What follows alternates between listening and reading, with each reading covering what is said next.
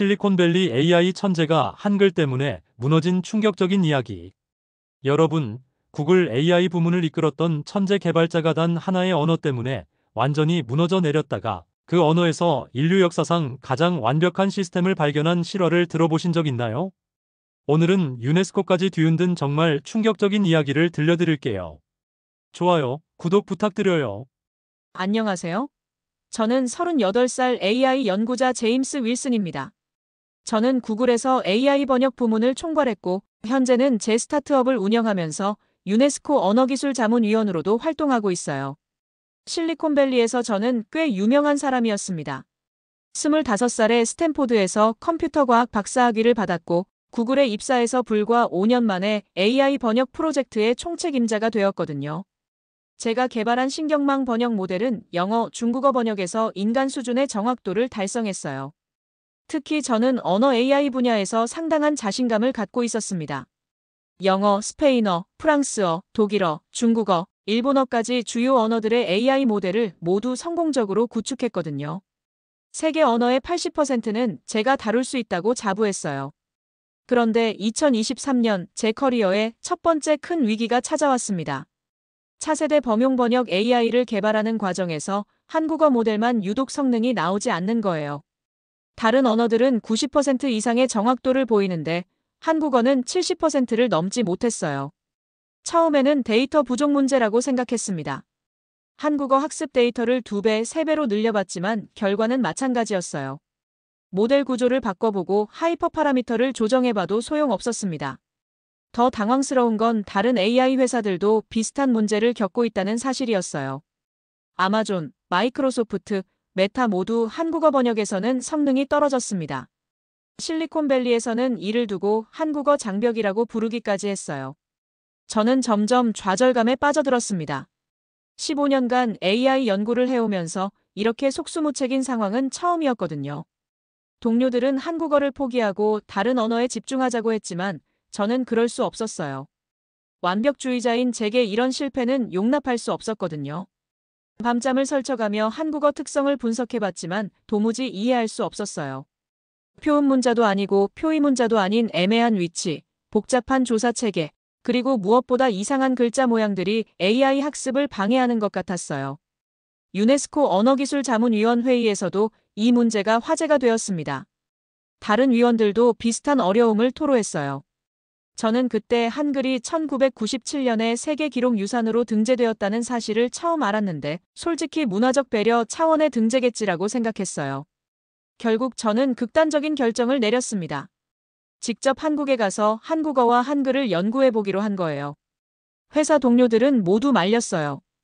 그냥 한국어는 빼고 출시하자고 했지만 저는 이미 결심한 상태였습니다. 서울대학교 언어학과에 방문 교수로 지원했고 다행히 받아들여졌어요. 6개월간 한국에 머물면서 한글과 한국어를 철저히 분석해보기로 했습니다. 실리콘밸리의 동료들은 제가 미쳤다고 생각했지만 저는 이번이 마지막 기회라고 생각했어요. 인천공항에 도착했을 때도 여전히 반신반의했습니다. 과연 이 복잡해 보이는 문자에서 해답을 찾을 수 있을까요? 서울대학교에 도착한 첫날, 저는 여전히 회의적이었어요. 언어학과 김 교수님이 저를 맞아주시면서 한글의 기초부터 설명해 주셨는데 솔직히 말하면 시간 낭비라는 생각이 들었습니다. 한글 자모 40개를 보여주시면서 이것만 알면 모든 한국어를 읽을 수 있다고 하시더라고요.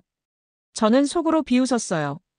알파벳도 26개인데 40개나 되는 기호를 외워야 한다니 비효율적이라고 생각했거든요. 더욱이 한글의 생김새가 정말 이상했어요. 기역 니은 같은 자음들이 마치 어린아이가 그린 그림 같았고 아야어여 같은 모음들은 단순한 선과 점의 조합에 불과해 보였습니다.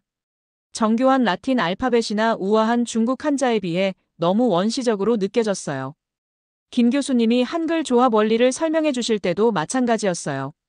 자음과 모음을 블록처럼 쌓아서 글자를 만든다는 것이 정말 이해되지 않았어요.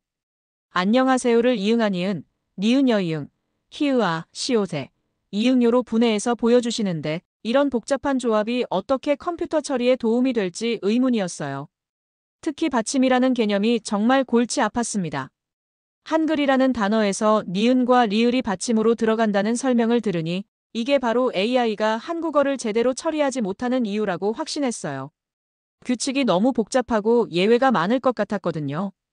연구실에서 한국 대학원생들이 논문을 타이핑하는 모습을 봤는데 놀랍게도 정말 빨랐어요.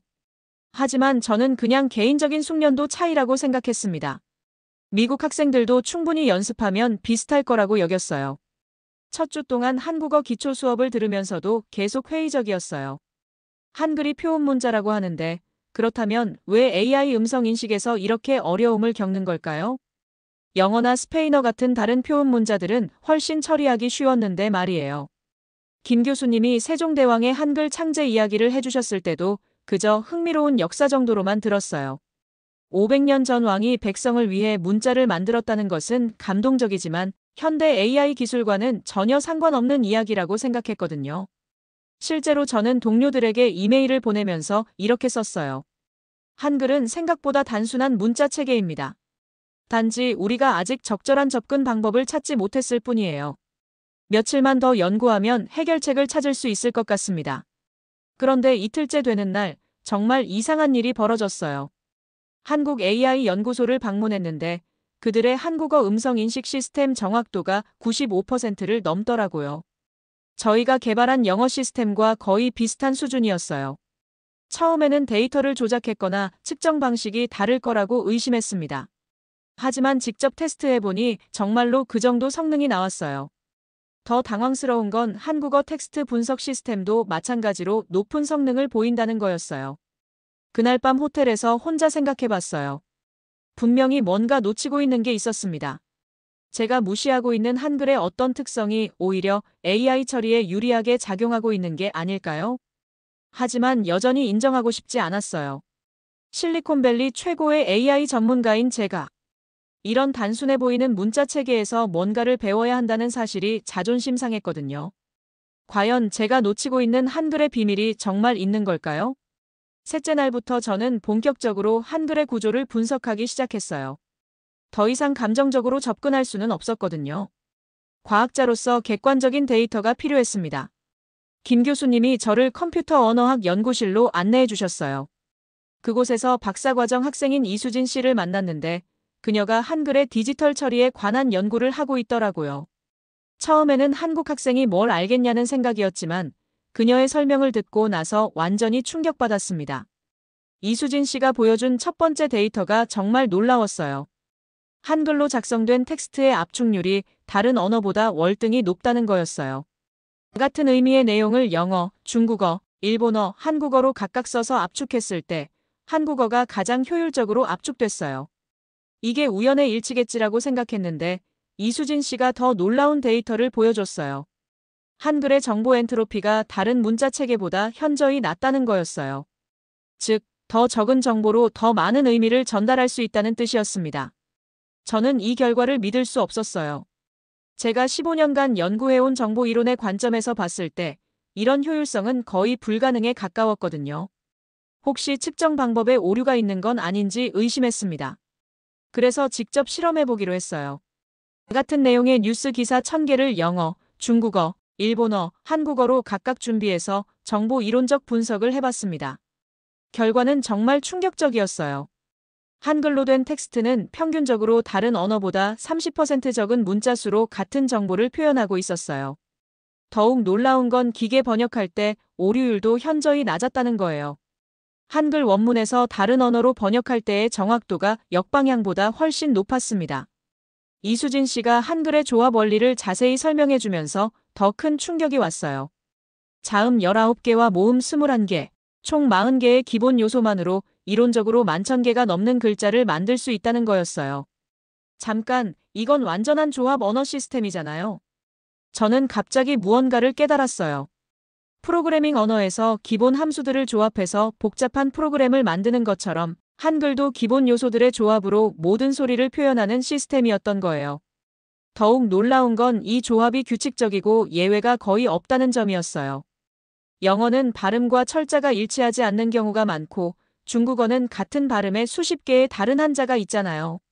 하지만 한글은 써있는 그대로 읽히고 들리는 그대로 쓸 수 있었어요. 이수진 씨가 보여준 다음 자료에서 더 큰 충격을 받았습니다. 한글의 자음 체계가 실제 발음 기관의 모양을 본떠서 만들어졌다는 거예요.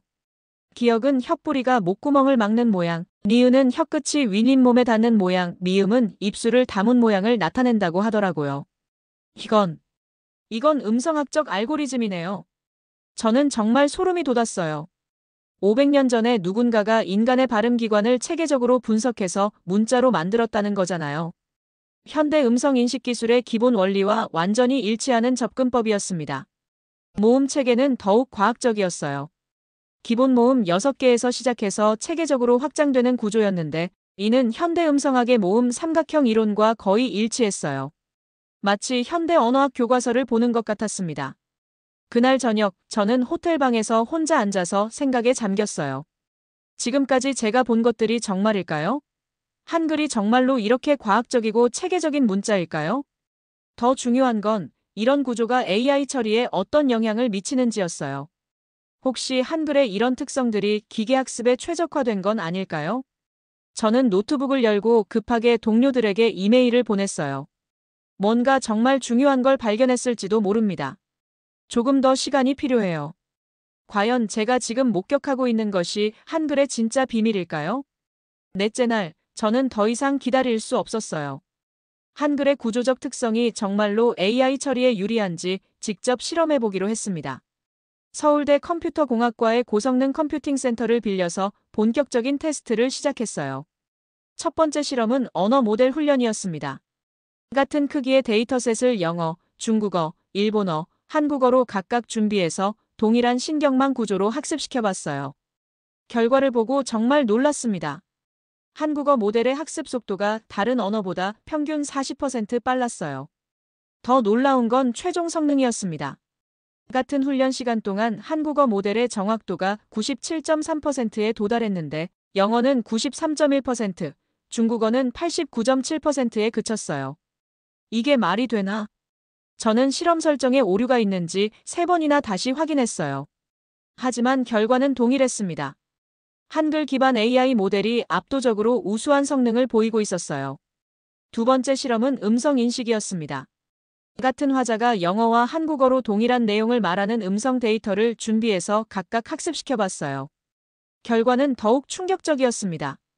한국어 음성 인식 모델의 정확도가 98.2%에 달했어요. 영어는 94.6%였고 이는 업계 표준보다도 높은 수치였습니다. 특히 노이즈가 있는 환경에서 한국어 모델의 성능이 월등히 뛰어났어요. 더 신기한 건 오류 패턴이었어요. 영어 모델은 비슷한 발음의 단어들을 자주 혼동했는데 한국어 모델은 그런 오류가 현저히 적었어요. 마치 한글의 표음 체계가 AI에게 더 명확한 신호를 제공하는 것 같았습니다. 이수진 씨가 이 결과를 보고 흥미로운 분석을 해주었어요. 한글의 음소와 문자가 1대1로 대응되기 때문에 AI가 패턴을 학습하기 훨씬 쉽다는 거였어요. 영어는 같은 철자가 다르게 발음되거나 같은 발음이 다르게 쓰이는 경우가 많아서 AI가 혼란을 겪는다고 하더라고요. 세 번째 실험에서 정말 놀라운 발견을 했습니다. 한글의 조합형 특성을 활용한 새로운 인베딩 방법을 시도해봤어요. 글자 단위가 아니라 자음과 모음을 분리해서 벡터화한 다음 조합 규칙을 학습하게 한 거예요. 결과는 혁명적이었습니다. 기존 방법보다 훈련 데이터가 50% 적어도 같은 성능을 달성할 수 있었어요. 더욱이 본 적 없는 새로운 단어도 자음과 모음 조합으로 추론해서 정확하게 처리할 수 있었습니다. 이건 완전히 게임 체인저네요. 저는 정말 흥분했어요. 지금까지 실리콘밸리에서 해결하지 못했던 문제가 한글의 구조적 특성 덕분에 자연스럽게 해결되고 있었거든요. 넷째 실험은 다국어 번역이었어요. 한국어를 중심으로 한 번역 모델과 영어를 중심으로 한 모델을 비교해봤습니다. 놀랍게도 한국어 중심 모델이 더 좋은 성능을 보였어요. 이는 한글의 음성학적 정확성 때문인 것 같았어요. 다른 언어의 발음을 한글로 표기했을 때 원음에 가장 가깝게 재현되더라고요. 실제로 외국어 학습서에서 한글 발음 표기가 가장 정확하다는 건 알고 있었지만 이게 AI에도 적용될 줄은 몰랐어요. 다섯째 실험에서는 텍스트 생성을 테스트해봤어요. 같은 프롬프트를 각 언어로 번역해서 텍스트 생성 AI에 입력했는데 한국어로 생성된 텍스트의 품질이 가장 높았어요. 논리적 일관성, 창의성, 자연스러운 모든 면에서 우수했습니다. 저는 이 모든 결과를 정리하면서 소름이 돋았어요. 한글이 단순히 효율적인 문자가 아니라 AI 시대에 최적화된 완벽한 언어 시스템이었던 거예요. 그날 밤 호텔에서 실리콘밸리 동료들에게 긴급 화상회의를 요청했어요.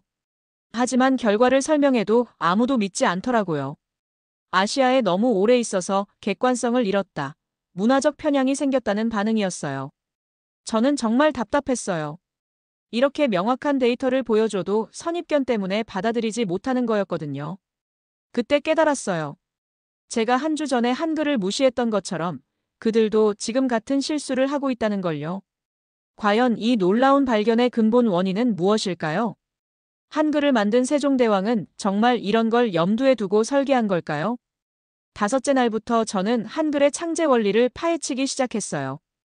이런 놀라운 AI 최적화 성능이 우연의 산물일까요? 아니면 설계자의 의도였을까요? 답을 찾기 위해 훈민정음 원본 문서를 연구하기 시작했습니다. 김 교수님이 저를 규장각으로 안내해 주셨어요. 그곳에서 훈민정음 해례본을 직접 볼 수 있었는데 정말 경이로웠습니다. 500년 전 문서인데도 창제 원리가 너무나 체계적이고 과학적으로 기록되어 있었어요. 가장 놀라운 부분은 자음 창제 원리였습니다. 세종대왕이 인간의 발음 기관을 5개 부위로 나누고 각 부위에서 나는 소리의 강약을 체계화해서 문자로 만들었더라고요. 현대 음성학의 좋은 위치 분류와 거의 완벽하게 일치했어요. 기역, 키읔, 끄의 관계를 보면 정말 놀라워요. 기본음 기역에서 시작해서 거센 소리 키읔, 된 소리 끄로 체계적으로 확장되는 구조예요. 이는 현대 음성학의 좋음 강도 개념과 정확히 일치합니다. 마치 현대 언어학 교과서를 보는 것 같았어요. 더욱 놀라운 건 이런 체계가 모든 자음에 적용된다는 점이었어요. 니은, 디귿, 티읕, 미음, 비읍, 비읍, 바, 이응, 시오, 티읕 모두 같은 원리로 만들어졌어요. 이는 완벽한 알고리즘적 사고의 결과물이었습니다. 이건 프로그래밍 언어 설계와 똑같은 접근법이네요. 저는 정말 소름이 돋았어요.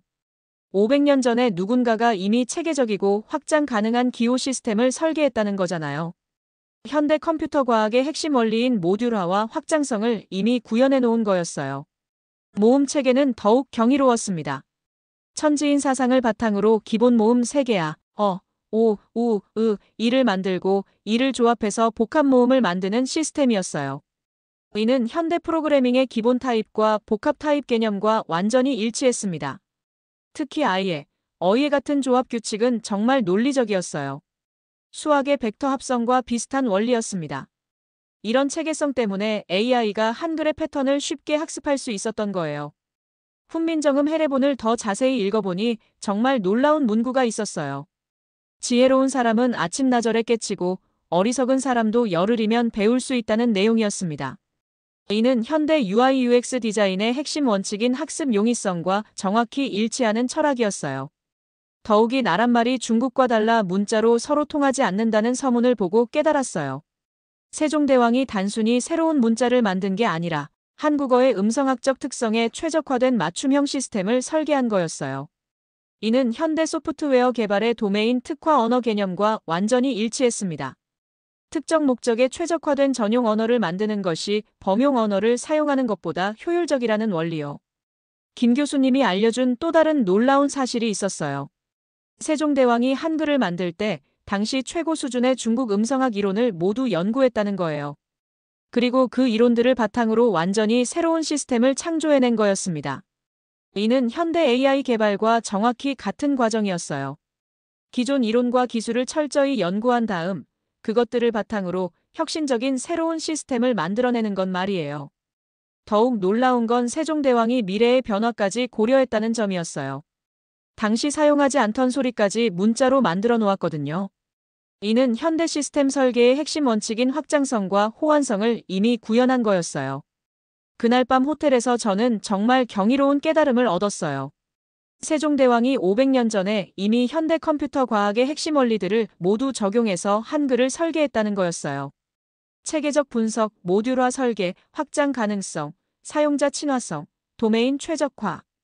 이 모든 것들이 한글에 완벽하게 구현되어 있었어요. 그래서 AI가 한글을 처리할 때 이렇게 뛰어난 성능을 보이는 거였습니다. 저는 노트북을 열고 급하게 분석 보고서를 작성하기 시작했어요. 이 발견을 전 세계 AI 연구자들에게 알려야겠다고 생각했거든요. 과연 이 놀라운 발견이 AI 업계에 어떤 파장을 일으킬까요? 여섯째 날부터 저는 본격적으로 유네스코 특별 보고서를 작성하기 시작했어요. 이 발견이 너무 중요해서 공식적인 루트로 전 세계에 알려야겠다고 생각했거든요. 보고서 제목을 한글 인공지능 시대를 위한 최적 문자 체계 1997년 세계기록유산 등재 재평가로 정했어요. 유네스코 언어기술자문위원으로서 공식 보고서를 제출할 권한이 있었거든요. 보고서 작성 과정에서 더 놀라운 사실들을 발견했어요. 지난 25년간 한글에 대한 전 세계 연구 논문들을 조사해보니 이미 여러 학자들이 한글의 우수성을 발견하고 있었더라고요. 하지만 대부분 개별적인 연구에 그쳤고 종합적인 분석은 없었어요. MIT의 언어학과에서 나온 2018년 논문에서는 한글의 정보 이론적 효율성을 분석했고 옥스퍼드 대학의 2020년 연구에서는 한글의 인지과학적 우수성을 증명했어요. 스탠포드 AI 연구소에서도 2021년에 한글 기반 자연어 처리의 잠재력을 언급했었습니다. 왜 이런 중요한 연구들이 제대로 주목받지 못했을까요? 답은 명확했어요. 서구 중심적 사고와 언어적 편견 때문이었습니다. 영어와 유럽 언어들이 표준으로 여겨지는 상황에서 아시아의 작은 언어는 제대로 평가받지 못한 거였어요. 저는 보고서에서 이 점을 강력하게 지적했어요. 1997년 UNESCO가 한글을 세계 기록 유산으로 등재할 때 우리는 그 진정한 가치를 과소평가했다. 한글은 단순한 역사적 유물이 아니라 미래 기술 시대를 위한 완벽한 도구였다고 썼습니다. 보고서의 핵심 내용은 다음과 같았어요. 첫째, 한글의 AI 성능 우수성에 대한 실험 데이터. 모든 분야에서 다른 언어를 압도하는 성능을 보인다는 객관적 증거를 제시했어요. 둘째, 세종대왕의 설계 원리가 현대 컴퓨터 과학과 완벽하게 일치한다는 분석. 이는 우연이 아니라 과학적 사고의 결과물이라는 결론이었어요. 셋째, 글로벌 AI 산업에 미칠 파급 효과 예측. 한글을 표준으로 하는 새로운 AI 모델들이 기존 시스템을 대체할 가능성을 제시했어요. 넷째, 유네스코의 새로운 역할 제안. 디지털 시대에 맞는 문화유산 재평가와 활용 방안을 건의했습니다. 보고서를 유네스코 본부에 제출하고 일주일 후 정말 놀라운 일이 벌어졌어요. 유네스코 사무총장실에서 직접 연락이 왔더라고요. 긴급 화상회의를 요청하면서 보고서 내용에 대해 자세한 설명을 요구했어요. 화상회의에는 유네스코 언어 담당 부사무총장, 문화유산 보존위원회 위원장, 그리고 여러 국가의 언어학 자문위원들이 참석했어요. 저는 2시간 동안 제 발견을 상세히 설명했습니다. 처음에는 의구심이 많았어요. 정말로 한글이 다른 언어보다 그렇게 우수한가? 실험 방법에 오류는 없었나? 문화적 편향이 개입되지 않았나? 같은 질문들이 쏟아졌어요. 하지만 제가 준비한 데이터는 완벽했어요. 실험 설계의 객관성, 통계적 유의성, 재현 가능성 모든 면에서 과학적 기준을 만족했거든요. 특히 제가 실리콘밸리에서 쌓은 신뢰도가 큰 도움이 되었어요. 회의 후 일주일 만에 유네스코에서 공식 발표가 나왔어요. 한글의 디지털 시대 재평가를 위한 국제 심포지엄을 개최한다는 내용이었습니다. 파리 유네스코 본부에서 전 세계 언어학자, AI 연구자, 문화정책 전문가들이 모이는 대규모 행사였어요. 이 발표가 나가자마자 전 세계 미디어가 주목하기 시작했어요.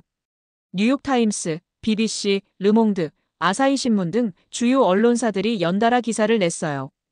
500년 전 문자가 AI 혁명을 이끈다. 한글, 디지털 시대의 새로운 표준으로 부상 같은 헤드라인들이 쏟아졌습니다. 가장 놀라운 반응은 실리콘밸리에서 나왔어요. 구글, 마이크로소프트, 오픈 AI 등 주요 AI 기업들이 긴급히 한글 연구팀을 구성한다고 발표했어요. 제가 몇 달 전까지 함께 일했던 동료들이 이제는 제게 자문을 요청하고 있었어요. 한국 정부의 반응도 빨랐어요.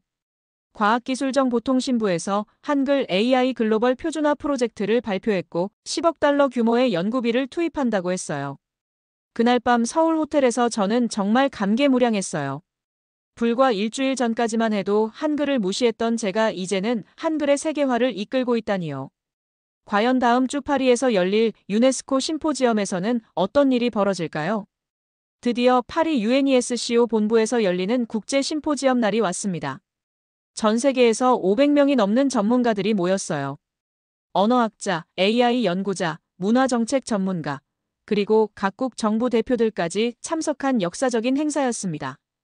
개회식에서 유네스코 사무총장이 직접 인사말을 했어요.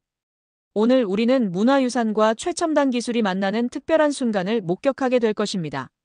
한글이 단순한 과거의 유물이 아니라 미래를 이끌 도구임을 확인하는 자리가 될 것이라고 말씀하시더라고요.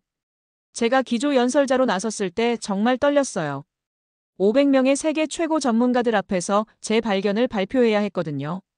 하지만 데이터는 확실했고 진실은 하나였어요. 신사숙녀 여러분, 저는 오늘 여러분께 인류 문명사에서 가장 완벽한 정보 시스템에 대해 말씀드리려고 합니다. 제 발표는 세 부분으로 구성되었어요. 첫 번째는 한글 AI 성능 실험 결과, 두 번째는 세종대왕의 설계 원리 분석, 세 번째는 글로벌 AI 산업에 미칠 영향 예측이었습니다. 첫 번째 파트에서 실험 데이터를 공개했을 때 청중들의 반응이 놀라웠어요. 처음에는 의구심이 가득했지만 구체적인 수치와 그래프를 보여주자 점점 표정이 바뀌더라고요. 특히 한글 AI 모델의 98.1% 정확도가 나왔을 때 청중석에서 탄성이 나왔어요. MIT의 저명한 언어학 교수인 사라 존슨 박사가 질문을 했어요. 정말로 한글이 다른 모든 언어보다 우수하다는 주장인가요? 저는 자신있게 답했습니다. 적어도 AI 처리 관점에서는 그렇습니다. 그리고 그 이유는 과학적으로 명확합니다. 두 번째 파트에서 세종대왕의 설계, 철학을 현대 컴퓨터 과학과 연결해서 설명했을 때 청중들이 정말 놀라워했어요. 특히 500년 전에 이미 객체 지향 프로그래밍의 원리가 적용되었다고 말했을 때 박수가 터져나왔습니다. 옥스퍼드 대학의 인지과학자인 데이비드 클라크 교수가 흥미로운 질문을 했어요. 그렇다면 한글을 배운 사람들의 인지 능력이 다른 문자 사용자들보다 우수하다는 뜻인가요? 저는 이미 준비된 데이터를 보여줬어요. 한국의 디지털 리터러시 점수, 논리적 사고 능력 측정 결과, 언어 학습 속도 등 모든 면에서 한국이 최상위권에 있다는 통계였습니다. 한글이 단순히 문자가 아니라 사고 도구 역할을 한다는 가설이 가능합니다라고 설명했어요. 세 번째 파트에서 미래 전망을 제시했을 때가 가장 극적이었어요. 향후 10년 내에 한글 기반 AI 모델이 글로벌 표준이 될 것이고 이는 제4차 산업혁명의 핵심 동력이 될 것이라고 예측했습니다. 이때 중국 과학원의 리 웨이 박사가 날카로운 질문을 했어요. 그렇다면 중국어나 영어를 모국어로 하는 사람들은 불리해진다는 뜻인가요? 저는 이렇게 답했어요. 그렇지 않습니다. 한글은 다른 언어의 음성을 가장 정확하게 표기할 수 있어서 오히려 다국어 AI의 중심 역할을 할 것입니다. 발표가 끝나자 5분간 기립박수가 이어졌어요. 그리고 질의응답 시간에 정말 놀라운 일들이 벌어졌습니다. 구글 AI 부문 책임자가 현장에서 구글은 한글 중심의 차세대 AI 모델 개발에 즉시 착수하겠다고 발표했어요. 마이크로소프트 대표도 한글 기반 오피스 제품군을 출시하겠다고 했고 오픈AI 책임자는 GPT 다음 버전은 한글을 핵심으로 설계하겠다고 선언했어요. 각국 정부 대표들의 반응도 폭발적이었어요. 프랑스 문화부 장관이 프랑스도 한글 학습을 공교육에 도입하겠다고 발표했고 독일 교육부 대표는 독일 대학의 한글학과 신설을 추진하겠다고 했어요. 가장 감동적이었던 건 한국문화체육관광부 장관님의 발표였어요. 한글을 전 세계와 나누는 것이 한국의 사명이라면서 무료 한글 교육 프로그램을 전 세계에 보급하겠다고 선언하셨어요. 심포지엄 마지막에 유네스코 사무총장이 특별 선언을 발표했어요. 한글 디지털 시대 인류 공동유산이라는 제목의 새로운 카테고리를 만들어서 한글을 재분류하겠다는 내용이었습니다. 기존의 세계기록 유산에서 한 단계 더 높은 미래기술 유산 첫 번째 사례로 지정한다는 거였어요. 그날 밤 파리 호텔에서 저는 정말 벅찬 감정을 느꼈어요. 불과 한 달 전만 해도 한글을 무시했던 제가 이제는 한글의 세계화를 이끌고 있다니요. 세종대왕의 500년 전 꿈이 드디어 현실이 되는 순간이었어요. 하지만 이건 시작에 불과했어요. 진짜 변화는 이제부터 시작될 거였거든요. 파리 심포지엄이 끝나고 한 달 후, 저는 다시 서울에 있었습니다. 이번에는 방문 교수가 아니라 새로 설립된 글로벌 한글 AI 연구소 소장으로 온 거였어요. 세계 최고의 AI 전문가들과 함께 한글 기반 차세대 인공지능을 개발하는 꿈의 프로젝트였습니다. 연구소 개소식 날, 정말 놀라운 일이 벌어졌어요. 전 세계에서 수백 명의 연구자들이 지원했는데 그중 30%가 한글을 배우고 있다고 하더라고요. MIT, 스탠포드, 옥스퍼드 등 세계 최고 대학의 교수들이 한글 기초 강좌를 수강하고 있다는 소식도 들려왔어요. 더욱 놀라운 건 산업계의 변화였습니다. 구글이 발표한 한글 GPT는 기존 모델보다 50% 향상된 성능을 보였고, 마이크로소프트의 한글 기반 번역기는 인간 수준의 정확도를 달성했어요. 애플도 시리의 한글 처리 엔진을 탑재해서 음성 인식 정확도를 획기적으로 개선했습니다. 가장 감동적이었던 건 교육 분야의 변화였어요. 미국의 주요 대학들이 앞다투어 한국학과를 신설했고, 유럽연합은 한글을 제2외 국어로 지정했어요. 중국에서도 한글 학습 열풍이 불어서 한글 학원이 급속히 늘어나고 있다고 했습니다. 한국 정부에서 추진한 세계 한글 보급 프로젝트도 대성공이었어요. 온라인으로 무료 제공되는 한글 학습 프로그램에 전 세계에서 100만 명이 넘는 사람들이 등록했어요. 특히 AI나 프로그래밍을 공부하는 사람들 사이에서 한글 학습이 필수 코스로 여겨지기 시작했습니다. 유네스코에서도 후속 조치가 계속 이어졌어요. 한글과 미래 기술 국제 연구 프로그램이 시작되었고, 매년 한글의 날에 맞춰 글로벌 한글 축제를 열기로 했어요. 첫 번째 축제에는 50개국에서 대표단이 참석해서 한글의 우수성을 기념했습니다. 개인적으로도 큰 변화가 있었어요. 한국어 공부를 시작한 지 6개월 만에 기본적인 대화가 가능해졌고, 한국 문화에 대해서도 많이 알게 되었어요. 특히 한국인들의 혁신적이고 역동적인 사고방식이 한글과 무관하지 않다는 걸 체감할 수 있었습니다. 실리콘밸리에 있던 제 동료들도 이제는 한글의 중요성을 인정하고 있어요. 과거에 아시아에 너무 오래 있어서 객관성을 잃었다고 했던 사람들이 이제는 한글 연구팀에 합류하고 싶다고 연락해오고 있어요. 어느 날 서울대학교 도서관에서 훈민정음 해례본을 다시 보게 되었어요. 한 달 전과는 완전히 다른 감정이었습니다. 이제는 그 속에 담긴 세종대왕의 천재성과 미래에 대한 통찰력이 명확하게 보였어요. 나란말씀이 둥귀게 달아 문자와로 서로 삼았디 아니할세. 이 문장이 이제는 완전히 다르게 느껴졌어요. 단순히 자국 언어를 위한 문자를 만든 게 아니라 인류 전체를 위한 완벽한 의사소통 도구를 설계한 거였어요. 500년 전에 이미 글로벌 시대를 내다본 거였습니다. 제가 이끄는 연구소에서 개발한 첫 번째 프로토타입도 놀라운 성과를 보였어요. 한글의 조합 원리를 활용한 새로운 AI 아키텍처는 기존 모델보다 70% 빠른 학습 속도와 99.5%의 정확도를 달성했어요. 더욱 의미 있는 건 이 기술이 교육, 의료, 과학 연구 등 다양한 분야에서 활용되기 시작했다는 점이에요. 특히 개발도상국의 교육 격차 해소에 큰 도움이 되고 있어서 정말 보람을 느꼈습니다. 한 해가 지난 지금 저는 완전히 다른 사람이 되어 있어요. 과거의 서구 중심적 사고에서 벗어나 진정한 글로벌 관점을 갖게 되었습니다. 언어와 문화에는 우열이 없고 각각의 고유한 가치와 가능성이 있다는 걸 깨달았어요. 하지만 한글은 정말 특별했어요. 이는 단순한 문화적 편애가 아니라 과학적 사실입니다. 세종대왕이 만든 이 놀라운 시스템이 500년 후에 인공지능 혁명을 이끌게 될 줄 누가 알았을까요? 지금도 전 세계에서 한글을 배우는 사람들이 늘어나고 있어요. 그들은 단순히 새로운 언어를 배우는 게 아니라 더 효율적이고 논리적인 사고 도구를 습득하는 거예요. 이는 인류 문명 발전에 엄청난 기여를 할 것입니다. 저는 이제 확신해요. 한글이 진정한 인류 공동의 자산이 되는 시대가 온다는 걸요. 세종대왕의 위대한 꿈이 마침내 전 세계로 퍼져나가고 있습니다. 그리고 이 모든 변화의 시작점에 제가 있었다는 사실이 정말 자랑스럽고 감사해요. 한글을 무시했던 무지한 AI 전문가에서 한글의 세계화를 이끄는 사람이 되기까지 정말 믿을 수 없는 여정이었습니다. 이제 새로운 시대가 시작되었어요. 한글과 함께하는 인공지능의 시대 말이에요. 오늘의 사연 어떠셨나요? 좋으셨다면 감동담담 구독, 좋아요 부탁드려요.